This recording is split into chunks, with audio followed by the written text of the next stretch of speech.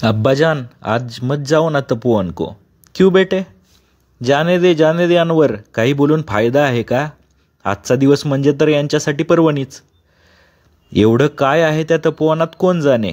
अब्दुलची बायको शन्नू नाराजीच्या सुरात आपल्या मुलाची समजूत काढत म्हणाली, मी लवकर येईन बेटा. आपल्या वडिलांचं हे बोलणं ऐकून अनवर खेळायला निघून गेला. आज संक्रांत, त्यात मंगळवार. कितीतरी बायका बांगड्या भरायला आणि देवीच्या दर्शनाला येतील आणि आपलं दुकान बंद. रघुभैयाचा धंदा तेजीत चालणार आज, आणि उद्या लगेच नवीन वस्तू येईल रघुभैयाच्या घरात. आणि तुम्ही जाऊन बसा त्या तपोवनात. शन्नू, चुप बैठा बी. एका हातात बांगड्याची पेटी आणि एका हातात पिशवी घेऊन अब्दुलने पायात चपला सरकावल्या. हे बघा, रस्त्यानं कोणी भेटलं तर सांगू नको तपोवनात जातो म्हणून. धंद्यावर परिणाम होतो त्याचा, समजलं? अब्दुलने एकवार तिच्याकडे बघितलं. तिच्या डोळ्यातला क्रोध त्याच्या परिचयाचा होता, पण तिच्याकडे बघून आज त्याला तिचा राग आला नाही, तर कीव आली. अब्दुल बस स्टॉपवर आला. अनेक ठिकाणी उसवलेल्या स्वेटरमधून थंडी चांगलीच जाणवत होती. बस आली. बांगड्याची पेटी आणि पिशवी सांभाळत अब्दुल बसमध्ये चढला. अगदी खिडकीजवळ बसला. पेटी अलगद उचलून त्याने आपल्या मांडीवर ठेवली. गर्दीत कुणाचा धक्का लागला तर? लाल, हिरव्या, निळ्या, रंगीबेरंगी बांगड्यांकडे मोठ्या कौतुकाने त्याने बघितले. बस सुरू होताच थंडगार वाऱ्याचा झोत अधिकच त्रासदायक वाटू लागला. अब्दुलने मफलर कानाला घट्ट लपेटून घेतला. जिल्हाधिकारी कचेरीजवळ पाऊण बस रिकामी झाली. तपोवनाकडे कोण जातोय कशाला? जेमतेम 5-6च उतारू राहिले बसमध्ये. तपोवनाच्या त्या गोलाकार कमानीकडे अब्दुलचे लक्ष गेले. गेल्या 6 महिन्यात केवढी फुलली आहे तिच्यावरती वेल. मागे आलो तेव्हा जेमतेम हातभर होती. अब्दुल गेटजवळ आला आणि लहान लहान मुलींनी एकदम गलका करायला सुरुवात केली. चुडीवाला आला, चुडीवाला आला. आंब्याच्या झाडाखाली असलेल्या चौथऱ्यावर अब्दुल बसला आणि क्षणातच सारा कामधंदा सोडून स्त्रियांनी गर्दी केली. त्या लाल रंगाच्या मला, त्या हिरव्या मला, चुडीवाला, माझ्यासाठी आरसा आणला? मागच्या वेळी मी सांगितलं होतं ना? अब्दुलच्या आजूबाजूला गर्दीच गर्दी झाली आणि गोंधळ सुरू झाला. प्रत्येकीला प्रथम बांगड्या भरायच्या होत्या. अब्दुल एकेकीच्या हातात बांगड्या भरू लागला. त्यांना हव्या तशा, त्यांच्या मनपसंत. त्यांना बांगड्या भरणं म्हणजे एक दिव्यच, पण अब्दुलला ती कला साधली होती. बांगड्या भरल्यानंतरचा त्यांच्या चेहऱ्यावरचा आनंद अब्दुलला लाख मोलाचा वाटे. 2-3 तास बांगड्या भरण्याचा कार्यक्रम सुरू होता. साऱ्या तपोवनातील तो एक आनंदाचा आणि चैतन्याचा दिवस. आवाज, गडबड, गोंधळ, चेहऱ्यावरचा आनंद आणि हे सारे वातावरण निर्माण करणारा चुडीवाला अब्दुल म्हणजे तपोवनातील स्त्रियांना, मुलींना अगदी देवदूतासारखा वाटे. वर्षातून 2दा संक्रांतीला आणि ज्येष्ठ पौर्णिमेला तपोवनातील स्त्रिया चुडीवाल्याची आतुरतेने वाट पाहत आणि अब्दुललाही तो आनंद बघून विलक्षण समाधान लाभे. असेच काही दिवस गेले. एक दिवस रघुभैया आला. त्याच्या हाती पोस्टमनने दिलेले पत्र होते. अब्दुल मियाँ, तपोवन से चिट्ठी आई है आपको. दिखाव दिखाव. अरे पण चिठ्ठी मराठीतून आहे. मग वाचून दाखव ना तूच. रघुभैयाने चिठ्ठी मोठ्याने वाचली. चिठ्ठीतला मजकूर ऐकून अब्दुल आणि शन्नू यांना खूप आनंद झाला. तपोवनात होणाऱ्या संमेलनाच्या प्रसंगी अब्दुलचा खास सत्कार होणार होता आणि त्यासाठी पत्र पाठवून दाजीसाहेबांनी त्याला निमंत्रण दिलं होतं. 2 दिवसांनीच सत्कार समारंभ होता. कधीही लाभणार नाही असे सत्काराचे भाग्य त्याच्या वाट्याला आले होते. पत्र आल्यापासून तो त्याच आनंदात होता.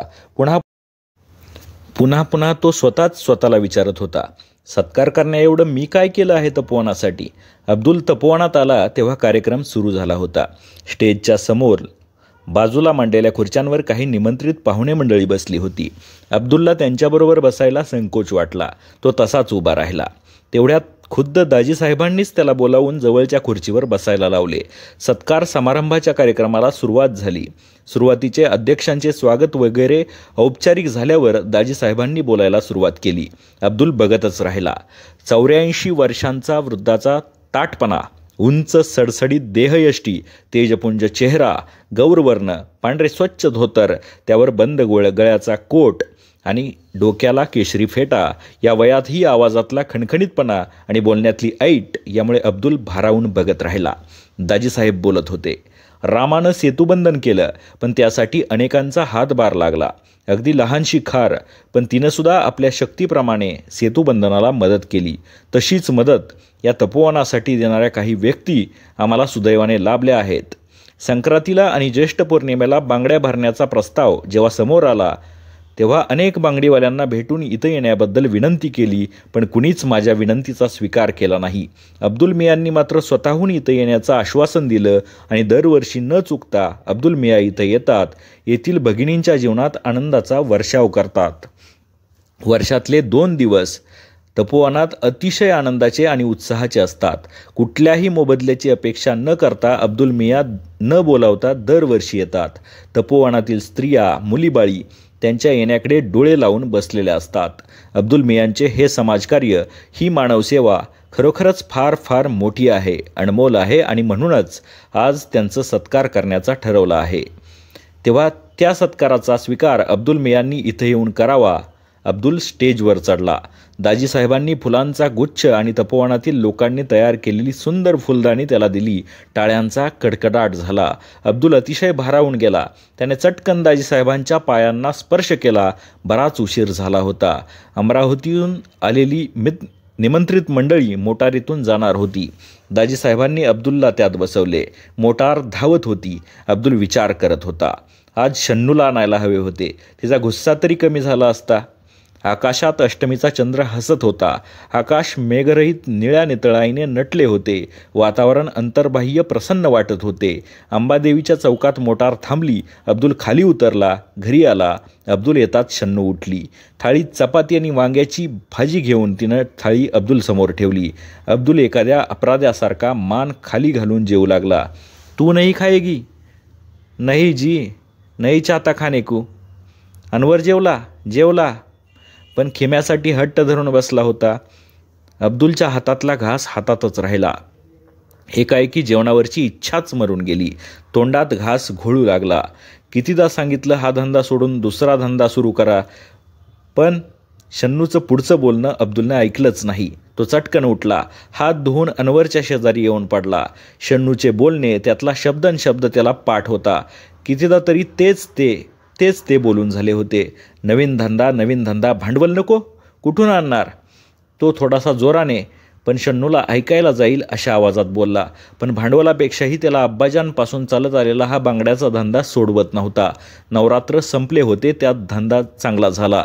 लोक आता दिवाळीच्या तयारीला लागले होते. रघुभैयाने दुकानाला रंग देण्याचं काम काढलं होतं. अब्दुल दुकानावर आला. त्याचा चेहरा उदास दिसत होता.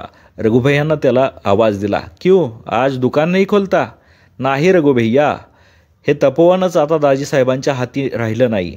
हे कळलं तेव्हापासून मन नाही लागत धंदा करायला. आता तपोवनाचं काय होईल रे रघुभैया? केवढी मोठी वसाहत, किती रोगी, आता त्यांची कशी काळजी घेतली जाईल रे?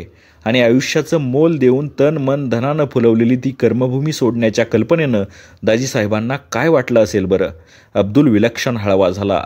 देवळातल्या पहारेकराने 2चे टोल दिले. शन्नू घोरत होती. अनवर गाढ झोपला होता. अब्दुल उठला. अगदी हलकेच.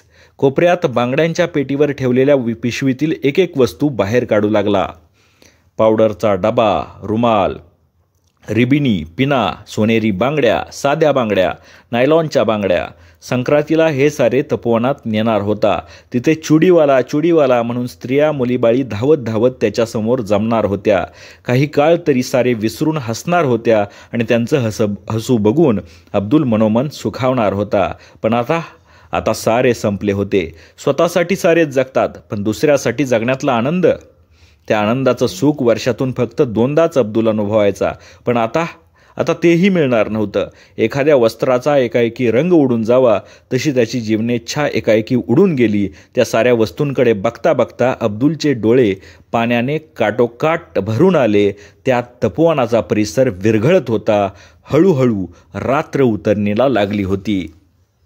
धन्यवाद.